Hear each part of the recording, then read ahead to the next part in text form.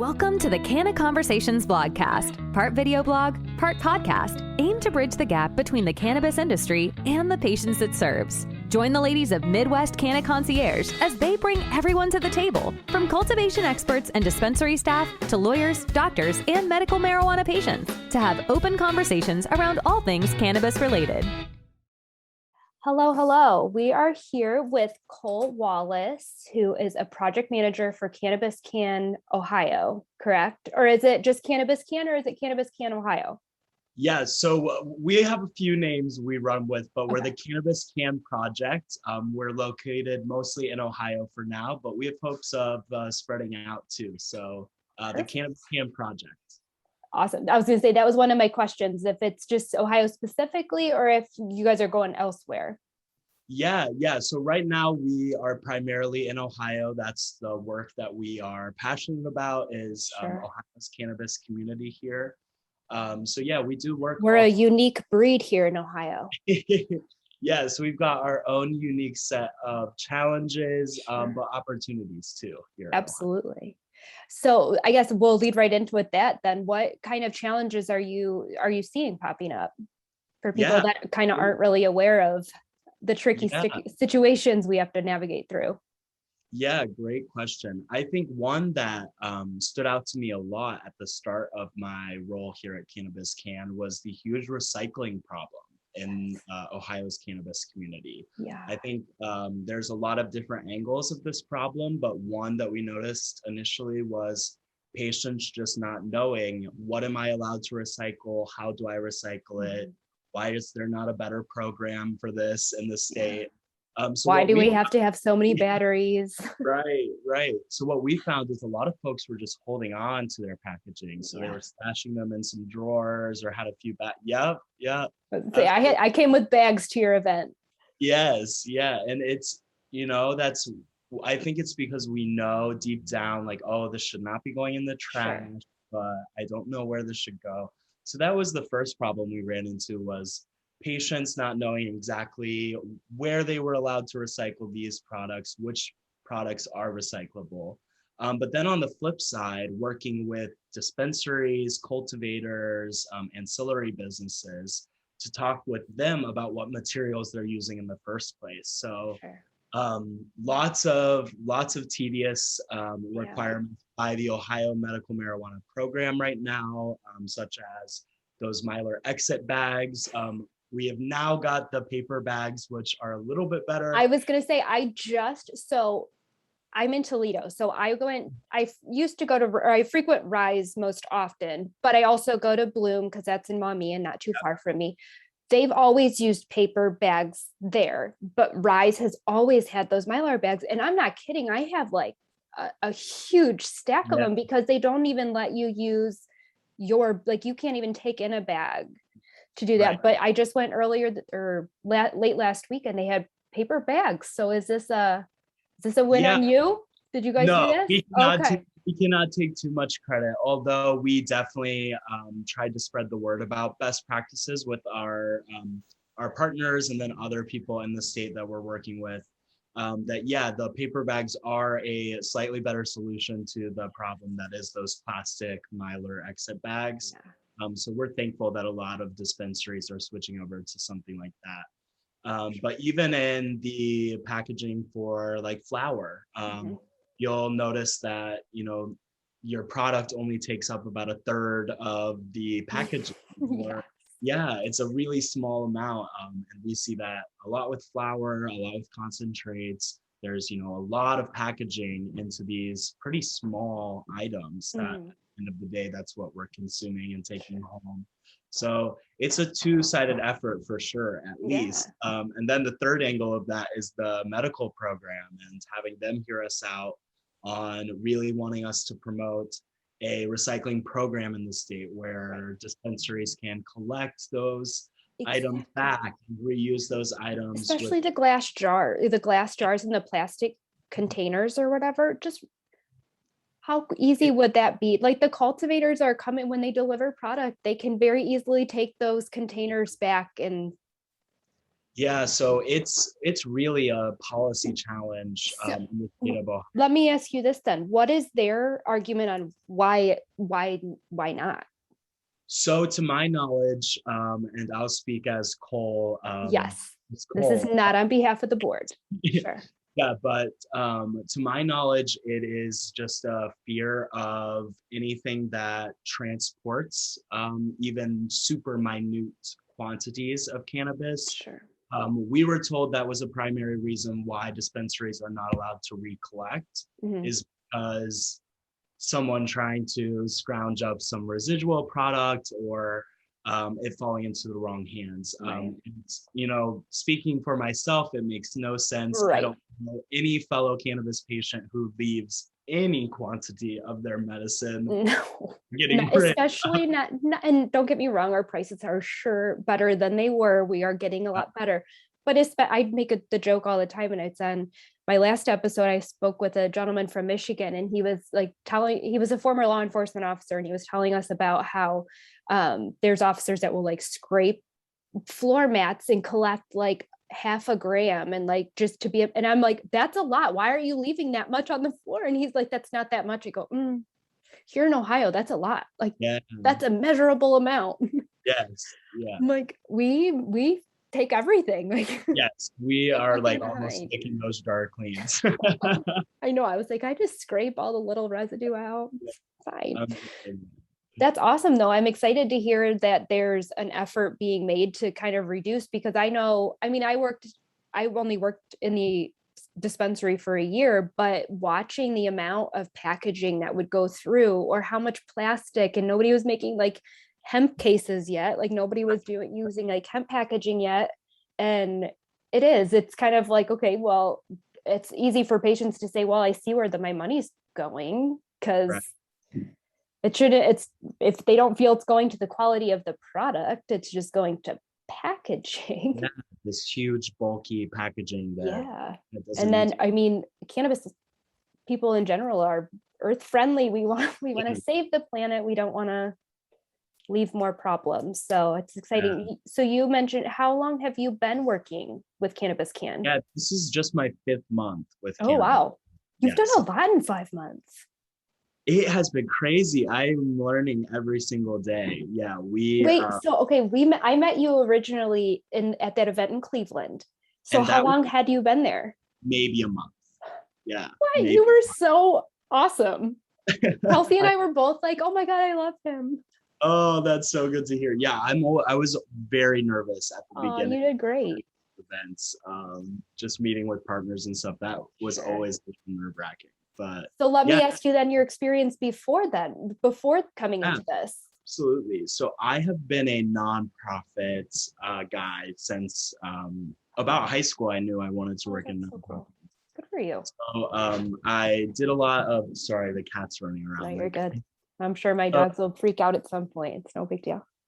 Yeah, in school I studied sustainability, and I was also a nonprofit minor. So I really was passionate about the environment and really passionate about working for a nonprofit.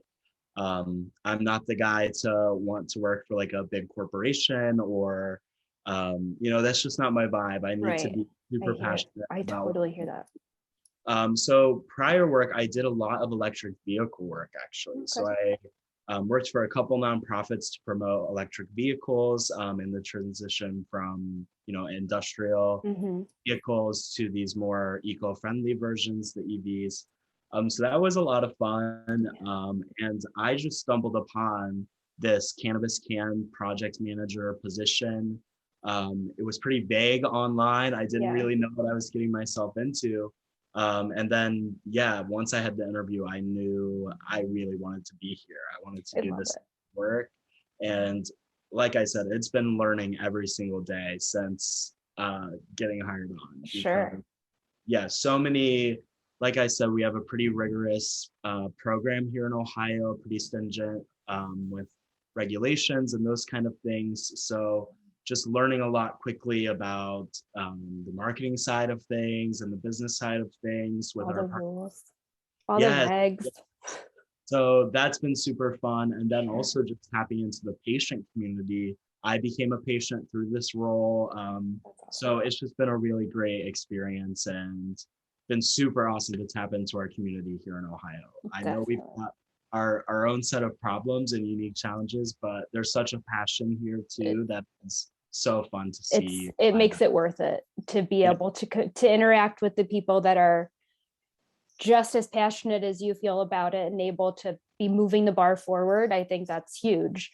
And I would get it from patients all the time when I worked in the store, and now I work for a doctor group and get to help make appointments and doing it that way. But I hear it all the time, the complaints and the concerns and everybody voicing their opinion about our program. But the fact is, like, it's here. We finally have it here, and it is slowly, we are slowly improving, and sure, soon enough it will be legal and it's all going to be worth it. But we have to build the groundwork, and we have to help be breaking this. Ohio's very, very conservative, so breaking stigmas around here is 80% of the battle. I feel like it's just kind of, we have to put a good foot forward. We have to leave a good impression in order to make people be more open to it. So I want to chat a little bit then about like all the efforts that your team is making here in Ohio, because I noticed it's not even, so we also did a recycle event together. You guys came and did one here in Toledo, and I came out and helped pick up trash.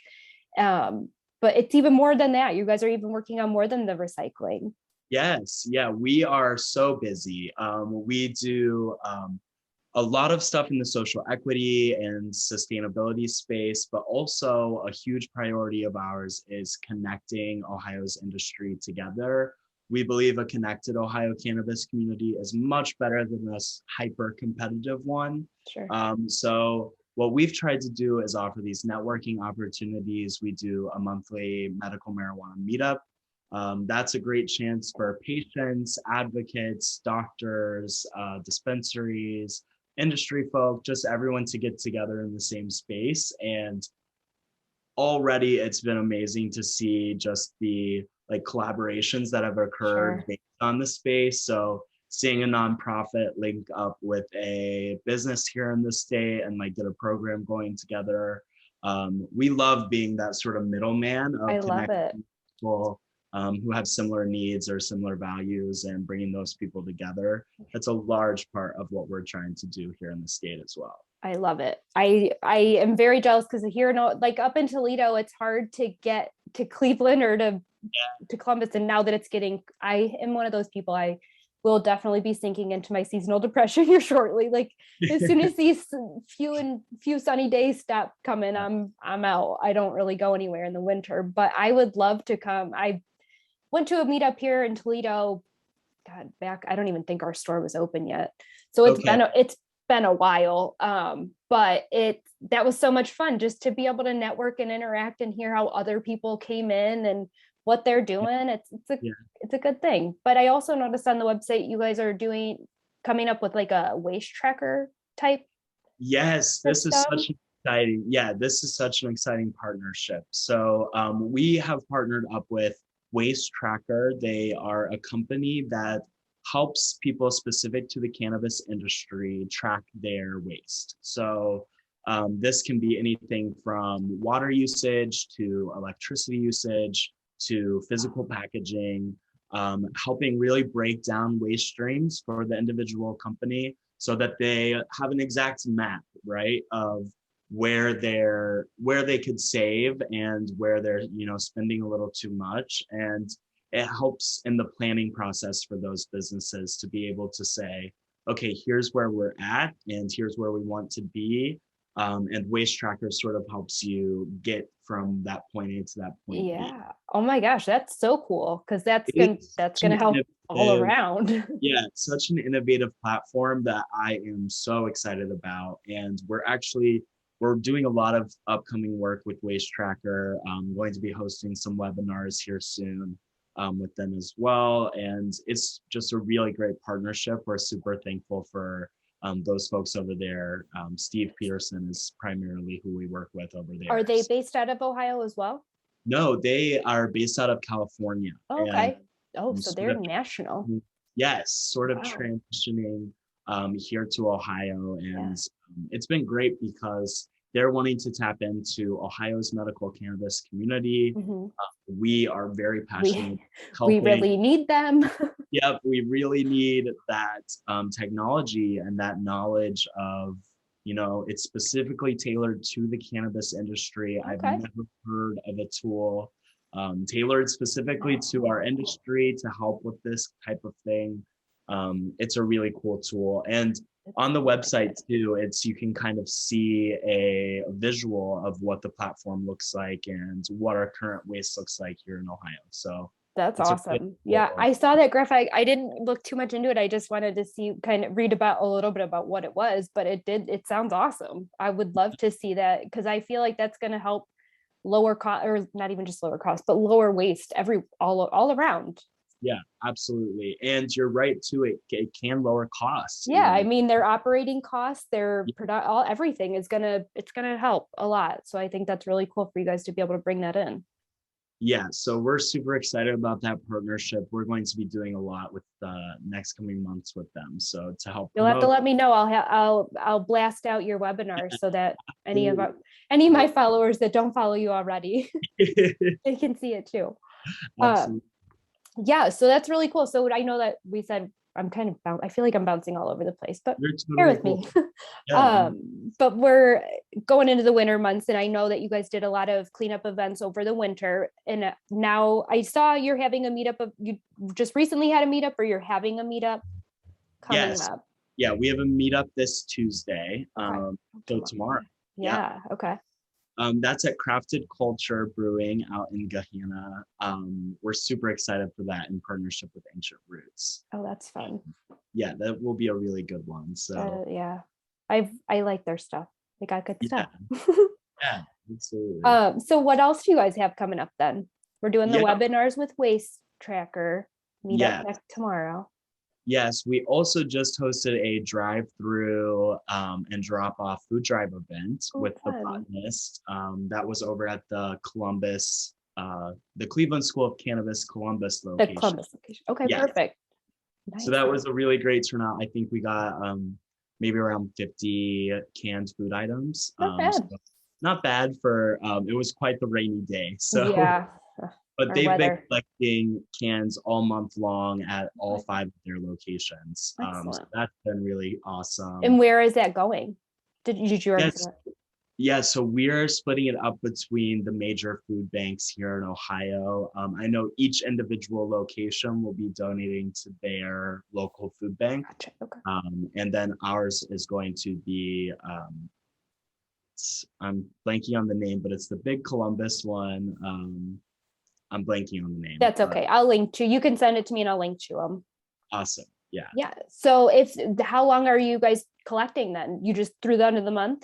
Yeah, through the end of the month at all 5 of the botanist locations. That's awesome. So that's super exciting. And we're excited to launch 2. We're bringing the Columbus Medical Marijuana Meetups to Cleveland in 2022. So we'll be hosting, I believe we're going to alternate months starting at the top of the year between Columbus and Cleveland. And our first one is in January with GTI. So we're nice. Maybe I'll try to make. Yeah, that might be a little closer. Depending on weather, we'll see we'll see if I make it out of the house. Yes. It's hit or miss. Yeah. I just, when it gets to the point where I have to put multiple layers of things on, I just don't want to. I'm totally with you. I really should. I would love to be a snowbird. I just have not. I can't do that yet. Yeah, that's the dream. Right? I know. And then you could just get, like, they have a medical program in Florida. I could just hop peace on out for a bit. I'm too attached to my nephews. I can't. Yeah, that's fair. So you said you're a patient yourself now. Yes. Yes. So tell me about that experience. Did you use prior to that? I did. Yes. Okay. So you knew that it would be beneficial for you. Yes. And what I'll say is I did not know how beneficial it would be to switch over to the medical program. Yeah. Because, really at the time I was getting cannabis wherever I could, however I could. Right. And, just whatever it was. Not really knowing what it was. Yeah, exactly. And Sure. so switching over to the medical program, I think first of all, just granted me a lot of freedom to choose my product. And I got kind of obsessed with understanding terpenes Right. and terpene profiles and really understanding what my mind and body prefers Mhm. and, sort of toying around with that, playing with new Yeah. products and new ways of So consuming. I'm all about this. I want to dive right into Yeah. this because I, when I went through training, so I did had this similar experience. I was a patient just getting whatever I could get and just kind of like figuring out how it worked for me. And that's what I used. But when I was starting to go through training and getting to understand the terpenes and the different cannabinoids, I was obsessed. So while I worked in the store, we were really on top. Like I was like super insistent on we have to have the terpenes on the menu. We have to list all the other cannabinoids because how else are people supposed to know if we don't have that information on there? Well, now I'm not saying it's because I don't work there. I won't claim that. But it is exhausting to have to update that on the menu because it doesn't automatically transfer. I get it from a dispensary perspective, but do you find that it's hard to come across that information? It is sometimes very hard. And what I'll say is, especially with, I'm an online orderer, I Mm-hmm. love the idea of just walking in and walking Grab, out. yep. That's my ideal way to order. And very rarely am I fully satisfied online with what I'm able to find in terms of, Because then you have to do research and you have to try to search and see if any other patient posted information. yeah, yeah, it can be exhausting. And I'll say that usually leads me to revert to the products that I know and love and do list that information. I'm a really big fan of following a lot of the like dispensary social media profiles. Mm-hmm. And I follow a lot of review accounts as well on Yeah. Instagram. I just like to hear what people have to say about the terpene Right. profile, how Because it's, how else will you know? yeah, yeah. And so it would be really refreshing if, while on the online ordering, I could see the terpene profile, what other Right. cannabinoids are in there. Exactly. Sometimes it's not even listing if it is a indica or sativa, like, No, or the genetics of it. So you can't yeah, even research like what the parent strains were or anything like that. It is. And I very much have respect for the dispensaries. I'm not trying to like throw that part of it under the bus, but in Ohio specifically, we're a seed to sale system and we know that everything gets tested. So why is that information not just like automatically put yeah, in there, like I feel as though it should come from one metric system into the other, and that the other systems where the menu comes from. And yeah. I just feel like it should be a back end link that should just, because if we're a medical based system, you would think that we would want all the medical properties Yeah, included on our menus. that's the kicker for me. Yeah, Yeah. was why are we claiming to have such a stringent emphasis on the medical side of the program? Yet we only list CBD and THC. Yeah, yeah.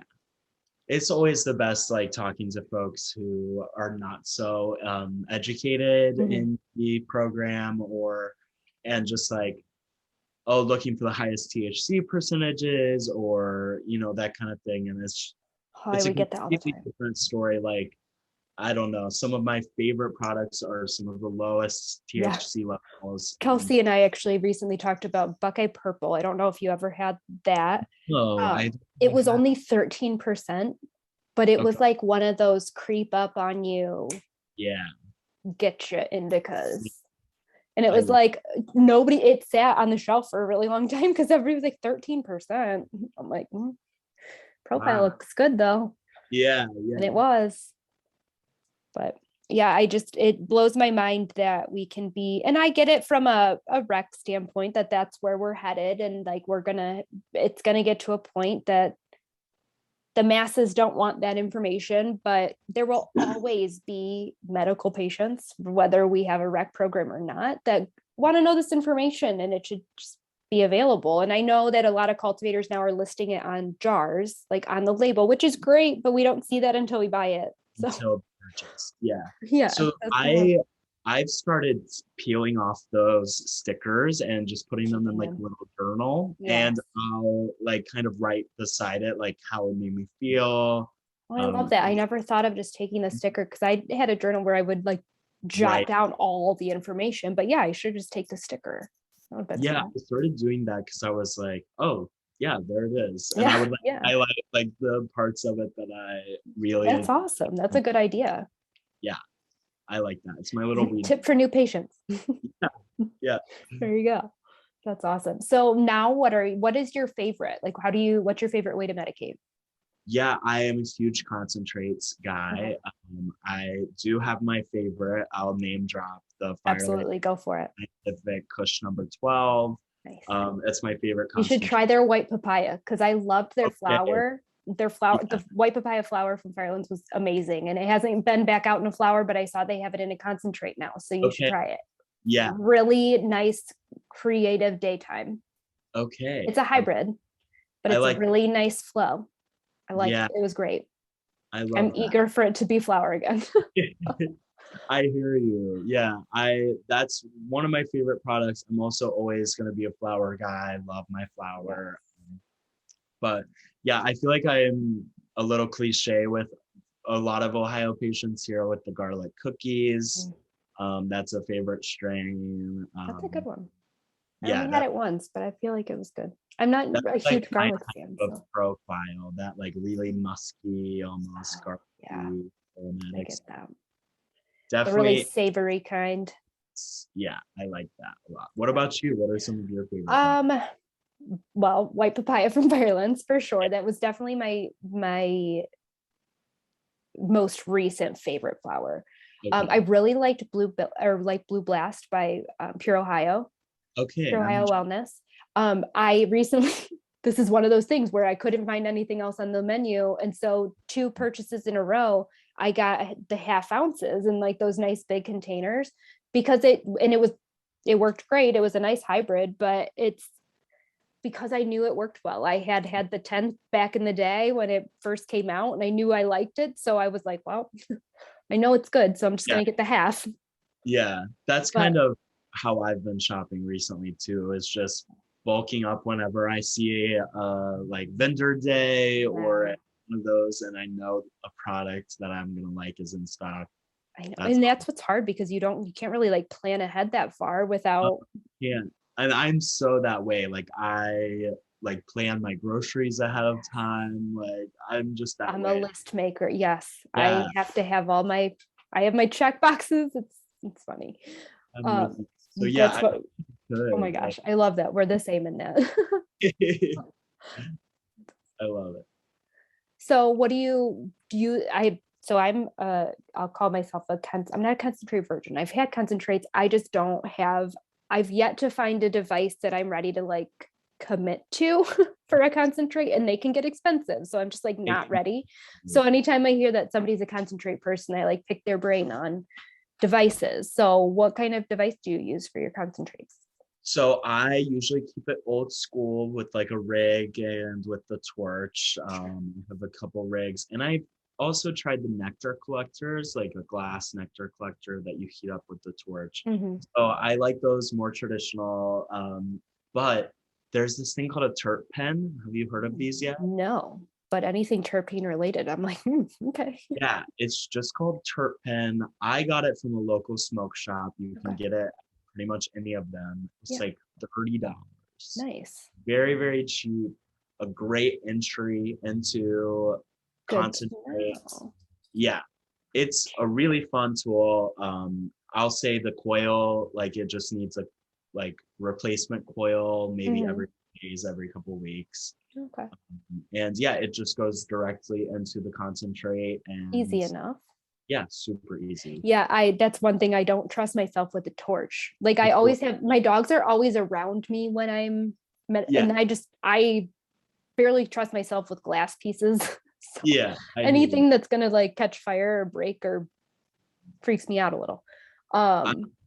Yeah. But I'm very intrigued by this Terp Pen business where I can just like find out and let me know. Yeah, I definitely will. So you told me the names of your favorite concentrates. Which ones were they? Yeah, Kush number 12. What else do I love? I love Buckeye Relief has a really great. They call it batter there, the BADDER. Mhm. And I want to say I've tried maybe 2 or 3 of their strains, and I've loved all of their Oh, concentrates. good. But They had a rough start, that Buckeye. they did. I love them. I love them now, and I have no negative things to say about them, but it was a rough start for us with them. Yeah, everyone who I've met now, I absolutely love over there, Yeah. and I'm just obsessed with their like marketing and their color scheme. Like I love their Yeah. vibe. They've definitely got, absolutely. I love where they've taken it, but Yes. they were Yeah. one of the first growers, and they had everything packaged and ready to go before before the dispensaries were up and running. And so it was a little bit chaotic, but I'm Yeah. glad to see that things have gotten better. And I have had several good flowers from them since then. So I Yeah. definitely can't complain. And don't they have the arrow pens, right? Yes. I was also going to say, I have um, one of them. yeah. Oh, that's a pretty color. I Isn't like that that. nice? Yeah. Nice lime, but they're so cool. They just, it's obviously empty. I need Yeah. a replacement, but The I don't have magnet. to worry about it breaking. It's like concealed in there. So if it rolls on the floor, it's not going to shatter, because I've done that I a lot. love that it vibrates when you're hitting. I Yeah, think that freaked me out at first, though. I'm not going to lie. I was like, why is this doing this? That's so funny. I'm glad that you brought that up, because when I first hit it, I was kind of like, oh, okay. But I like that it does that, because I feel like it's sometimes you don't necessarily feel that you're you don't always hitting know. it. Yeah. Yeah, but it'll hit you. It'll get you real hard if you go too far. So I wanted to kind of touch base real quick on what we're talking about here. Terpenes have come up several times in a couple episodes now, and I realized that not everybody might know what cannabinoids and what terpenes are and what we're talking about. So I wanted to pause the interview for a second and kind of explain a little bit more about what we're talking about. So trichomes are what houses the cannabinoids and the terpenes, both of which are really important in what makes cannabis work as medicine. If you've ever looked at flour and looked at like how it has like this little frosting to it, or there seems to be like a little coat of something over the top of it, it's usually not going to be any type of mold or any type of anything bad. That is actually where the medicine is held. So if you zoomed in really, really, really close, and I have it in the picture here, you would see like these tiny little crystal-like substance looking things that one, are really pretty to look at, but two, that is where all the good stuff is held, and I'll explain more in a sec. We'll start with cannabinoids. THC and CBD are obviously the really well-known ones, but there are over 100 different cannabinoids in the actual cannabis plant. So I wanted to pull out a couple of the common ones that you'll see in cannabis in the stores. Each one of these cannabinoids have their own benefit and have their own purpose. So I'll just touch on a few. THC and CBD have a lot in common. THC is the only known cannabinoid to have that psychoactive effect to it. So that's kind of why a lot of people, when they think about getting high, they immediately think about the THC content. But there's so much more than that. It's about so much more than that, and there's so many other things in the plant that actually make it medicine. So I wanted to kind of list that out here. CBD has a lot of those same qualities as the THC, but is including antioxidant, appetite stimulant, helps to decrease seizures and relieve spasms. But I want to touch a little bit more on the ones that we don't know a lot about. Is CBN is really, really good for helping to sleep. It promotes drowsiness, so it's really, really good for acting as a sedative. CBG is another really good and really common one to help lower blood pressure. And THCV is an appetite suppressant, which is not really commonly known or thought about when thinking of cannabis, because it will often run with, people often think about it as causing the munchies and people just eating a bunch of junk food. All right, so terpenes. I talk about terpenes all the time because in my mind, this is what patients should be paying attention to. Obviously, in addition to cannabinoids, these are important. So I just want to touch on a few. There are so many more than what I have listed here. I only pulled out 7 of them. So if you want to know more, let me know. I will dive deep. But for purposes of the explanation I'm trying to do here, Kyriaphalyn is a really common one that you'll see in cannabis. It is what gives that peppery kind of spicy smell to it. Humulin is a terpene that I always love to tell people about because, again, like I said with the cannabinoids, humulin is an appetite suppressant. So if you're trying to combat those munchies, humulin's the one to do it. Limonene is one of my favorites. It is a really uplifting terpene. It's what that gives off that lemony or citrusy smell. It's commonly found, obviously, in lemon rinds, but it's a mood elevator. It's uplifting. It's a great terpene. Linalool is the most common terpene found in lavender. That is obviously, lavender is relaxing. It's a really good terpene to help you wind down. It's really great for stress and depression, but it also helps with pain and convulsions. Myrcene is a really common terpene in cannabis. It is the terpene that's responsible for that stereotypical stony feeling. It is a sedating type, relaxing, chill type effect to it, but for medical purposes, it is a great anti-inflammatory. It's really helpful. It's whole body. Asamine or osamine, depending on how people pronounce it. I pronounce it asamine. One of my favorite terpenes. This terpene is what is responsible I shouldn't say that. For me, it is. Asamine often creates like a creative feel type effect to it, which is why it's one of my favorites. But it also acts as a decongestant because it causes a lot of people to cough. It breaks up a lot of anything in your chest because of that coughing. So it's a really great decongestant. It's found in mint and parsley, pepper, mangoes, and the last one I want to touch on real fast is pinene. If you've ever stuck your face in a fresh Christmas tree or have been in a forest, you have smelled pinene, and it clears the mind. It's got a specific smell to it, but it's really good for clarity and alertness. It's also a really good anti-inflammatory. It also acts as a memory retention and alertness aid. So it's a great terp. Okay, one more. So now that you have a general idea, sorry if that was a little spotty, I had to record that in a weird way, but now that you have a general idea of what terpenes and cannabinoids are, we can dive right back into the episode.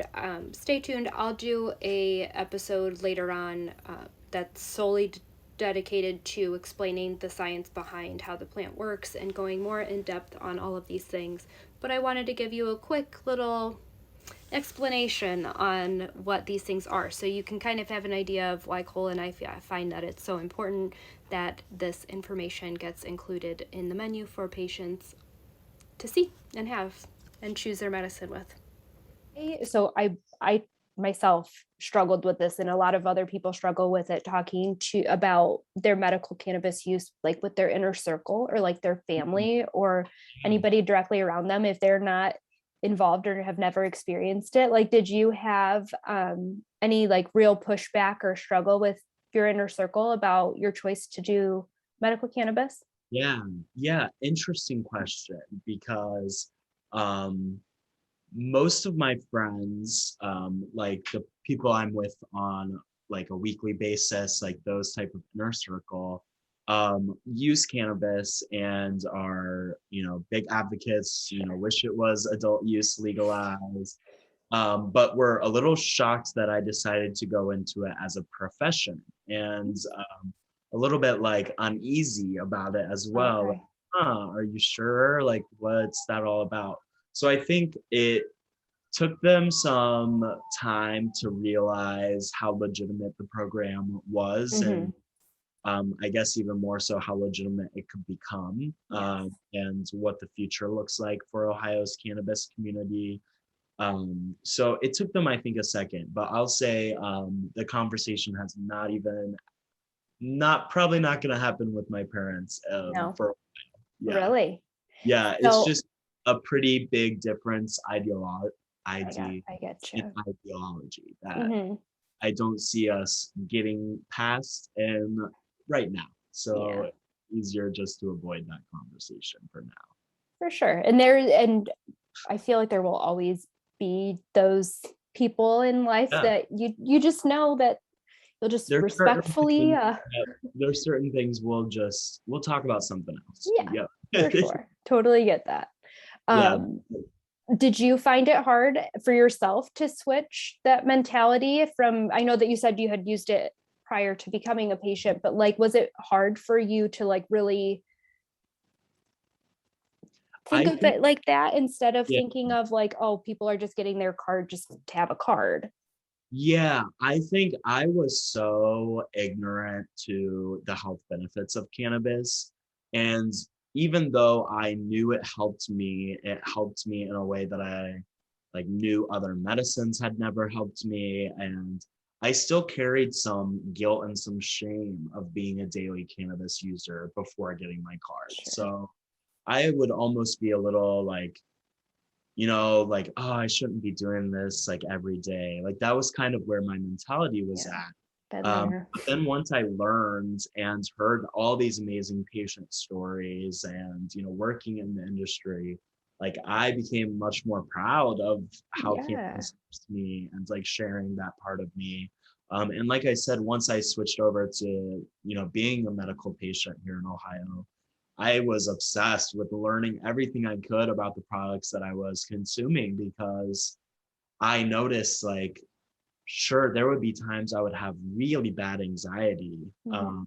after smoking cannabis, and Mhm. other days where it alleviated any sign of anxiety. So once I kind of realized like, oh my gosh, like I just need to know what I'm For consuming. sure. Like, So not yeah, you all need to know how day. much Yeah, THC and how much CBD and what yeah, terpenes are in there.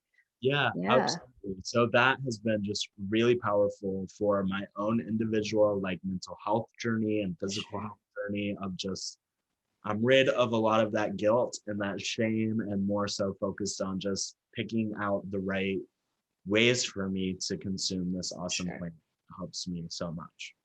Yeah, I think that's another big struggle that patients don't necessarily understand is like each consumption method has its own Yes. benefits or its own time restrictions or its own like that's another aspect of this you have to really consider, like if you're not going to be somewhere, if you're going to be away from home and you can't take your dab rig with you or you can't bring some Right. flour with you, like how are you going to medicate? And Yeah. if you're going to be gone all day or like whether you're going to be needing to drive, or you have to consider all of that. So I think that's a thing that a lot of patients get a little bit overwhelmed with too, is not only trying to find a product or like a strain or a or product Yeah. specific that would help, but figuring out how each one of those are going to affect them and their time frame that they are going to be productive or whatever they're going to need to do.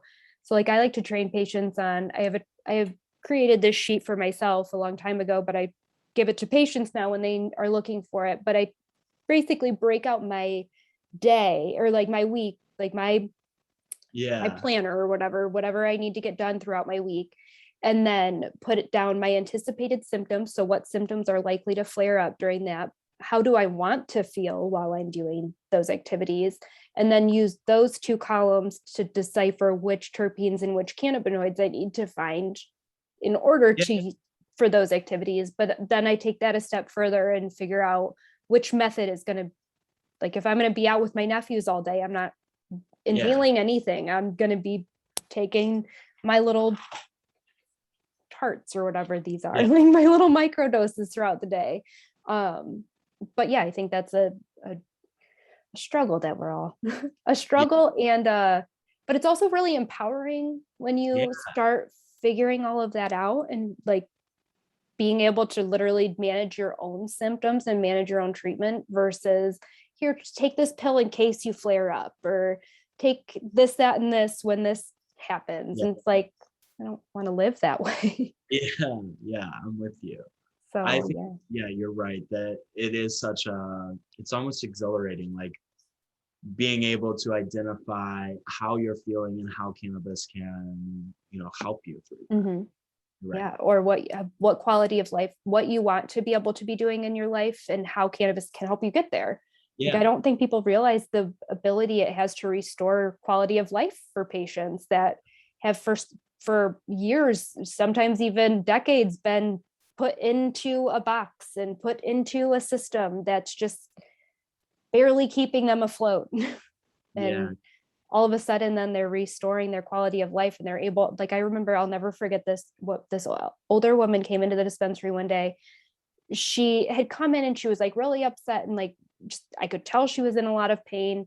um and we had similar things going on, and so I had made her a recommendation. I can't even remember now what I'm pretty sure I remember what it was. I think it was Heat Wave by Buckeye, actually, back Yeah. in the day. I haven't seen that come back either. I would love to have that come back, because it was like, she had back pain, actually. And so I had told her, when I tried it, and I now know why they called it Heat Wave, it was genuinely like I felt a heat, like a blanket of heat going Wow. down my back Yeah. after I used it. And I was like, oh.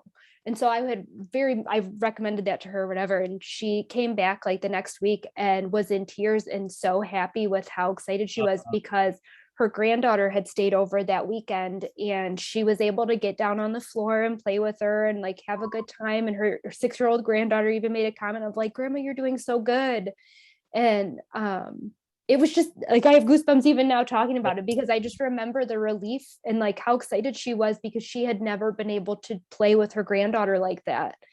And by That's, my flower recommendation, she was yeah. able to get where she wanted to be, and it was amazing. And it's stories like that and the impact like that that makes me never want to stop doing this, because I truly believe that it's just gotten such, the plant itself has just gotten such a bad rep based on lies.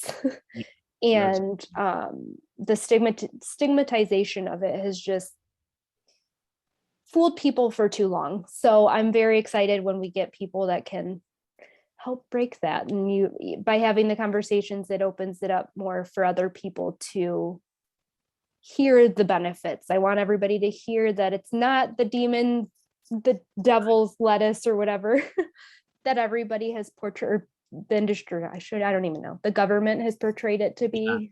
Yeah. Well, I think just the war on drugs in general really created this huge wall against cannabis and the general public, and the the terrible intentions behind the war on drugs and what its consequences have led to is just unfathomable. Mhm. Like, in terms of impact and how many people it has, effectively ruined parts of Right. their lives. And it's Or their really, whole life. Like a yeah, lot of, I think a lot about the individuals that might have gotten like the most minor offense, but then they get stuck in the trap, in the loop of the yeah, criminal justice system that they've never been able to get out of. And then like, what happened to them then? Because of that one offense, it channeled them into a path that, and that breaks my heart, because that becomes a generational thing. Like their yeah, families are impacted. And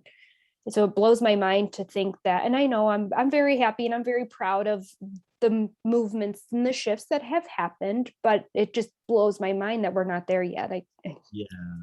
I always am upset by the understanding that there are some people making billions of dollars because of cannabis, and some people who are Hard. thrown in jail for the rest of their life for trying to do the same exact thing. Right. And that, that always comes down to racist, evil intentions of the U.S. government and Yeah. what was happening at the time. So yeah, it breaks my heart, but I'm thankful to work for an organization that not only understands this problem, but values solutions to this I was problem. going to ask, so this kind of fed us right back into, you right in the beginning, you had mentioned the social equity Yeah, impact, or the movements you guys have going on for that. Can you kind of chat a little bit about that? yeah, absolutely. So I'll say we work more at uplifting the voices of those who are doing work in the specific social equity space. So although we have some programming and are excited to announce some upcoming programming to work for just a lot of the incarcerated folks in Ohio specifically. We're excited to announce some upcoming work, but for now I can uplift some voices such as URC Grows. They are, I believe, a Toledo-based organization, if I'm not wrong. You may double check me on that. But they are providing cannabis education to formerly incarcerated and communities impacted by the war on drugs. I love We're that. super excited to help out those folks, as well as the Cleveland School of Cannabis and some of their new equity programming with the Harrington Institute out of the state of New York, which we're super excited about. But That's awesome. yeah, more on our end, we're about the educating and, putting out some statistics and some ways to support. Of course, November is National American Heritage Month. So doing stuff to acknowledge the lands and the just the communities that have taken care of where we are at today long before we did.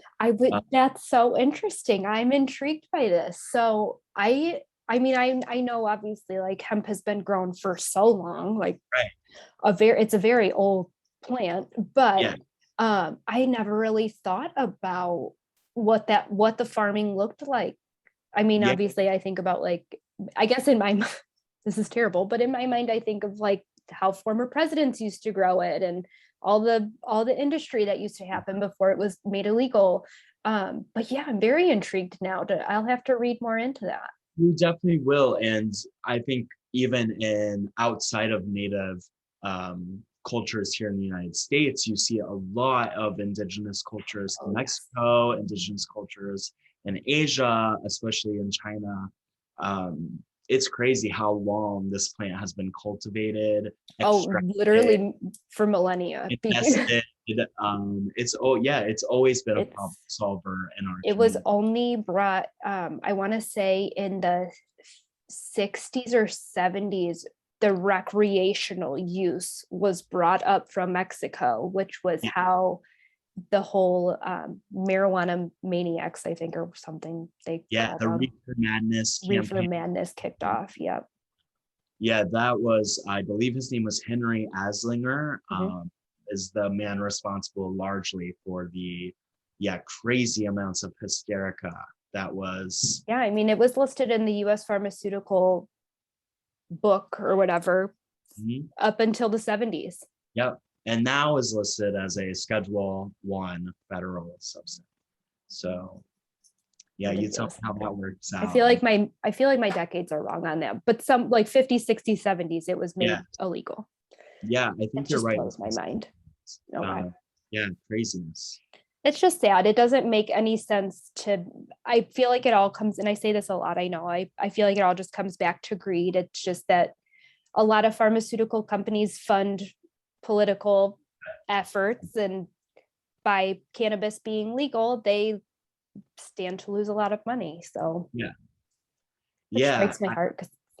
I think you're totally right. And I think pharmaceuticals have known for a long time the possibility of cannabis making their products null and void. And so I think they've been a large part of the effort to conceal the benefits of cannabis. Absolutely, because they're trying to synthesize it. Absolutely. Why blows my mind? Why have a natural occurring medicine when we can make it in a lab? That's a whole other argument. Oh my gosh, it's just so frustrating to me because it's the people that are suffering. And it, even at a recreational level, it's the ease at which people can get alcohol and cause a bunch of problems with alcohol. Absolutely. But this plant that just mellows people out. 0 deaths in the history of mankind. No. And it blows me away. Oh gosh. Well, I'm glad that we're on the same page. I'm glad I'm not just on my own tangent, but yes, I am excited to see all that you guys are doing. I love what you guys are doing. I follow you daily. I check in with and Yeah, watch for any well, more close Toledo events. But I will definitely be making my way to Cleveland at some point for some of your guys' stuff, because yes. Stay they tuned seem for fun, all these meetups. yeah. They look We really fun. we are super excited, and we hope to do some other types of meetups that are not like late at night at a bar either. Yeah. More like we've talked about yoga, we've talked about Yes, like hiking. ganja yoga classes. Yes, I don't know if yes. I'm a huge fan of that, but I don't know if you ever heard of the book Ganja Yoga. I've heard of it, but I've not read it. I've read it twice, and my Kelsey, who was at that event with me, Yeah. we actually went up to Detroit. She did a training up in Detroit, but we went up just to take a class. Wow. And when I tell you that it was like, holy shit, I found my people. Like, Yeah. Wow. That's yes. so So now I have this dream. I have this big dream of opening a studio space here in Ohio where I could host ganja yoga classes. So that's kind of in the works. I've been working on a business proposal. I just don't know what I could make that look like legally here. So I'm trying yeah. to get everybody that I need to in my team before I can really move forward. But I would love to have a space where we can have like cannabis friendly events where Yeah. I'm not trying to sell it. I'm not trying to open a dispensary. You can bring your own. This is just a safe space that you can consume. Yes. All I want to do, because there's so many events where we could have patient meetups where people of a certain condition come and we have an expert come and talk about why it helps or how it can help for them. And I just want to be able to have that space and openly talk about it. So, but ganja yoga would be a great event That's to have, amazing. or You'll a have puff and to, paint class. I'll have to look at some ganja yoga classes. That sounds Yes, it's a Yeah. lot of fun. There's a studio, if you're ever, I don't know if you ever go up to Michigan, but there's a studio in Yeah. Detroit called Elevated Yogi, or Oh. something. I'll send it to you. Yeah. Send me. But their studio is so cute, and they have I that's where I took the class, and that's Yeah. what they do. They do ganja yoga classes. That's so Really cool. fun. Yeah, I'll Yeah. definitely send it your way.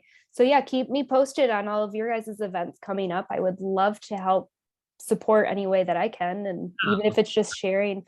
Well, thank you so much for chatting with me. Thank I you am so very much. excited for all that you guys are doing, and I'm very grateful. So thank you for all of you at your team for doing what you're doing, because we needed it. We needed it here, and I'm happy to hear that our products are going to be, our packaging is going to be calming down. Yes. Yeah. Well, thanks so much again for having us. And if anyone listening needs to get a hold of us, thank you. uh, That's my job. But if they do need to get in touch with you, how do they do that? we are just Cannabis Can Ohio on Instagram. You can always reach us there. You can find us on our website, cannabiscanohio.org. And yeah, just reach out to us. We're always looking for new partnerships and always looking for ways to help out in the state. So that's awesome. Thank you so much. I'll definitely link to all your sites and all your social in the show notes. Thanks so much for listening to this Canna Conversation. To learn more, please follow us on Instagram at Midwest_Canna Concierge. If you're enjoying the show, please feel free to rate, subscribe, and leave a review wherever you listen, so other Canna curious folk can find us. We really appreciate your support.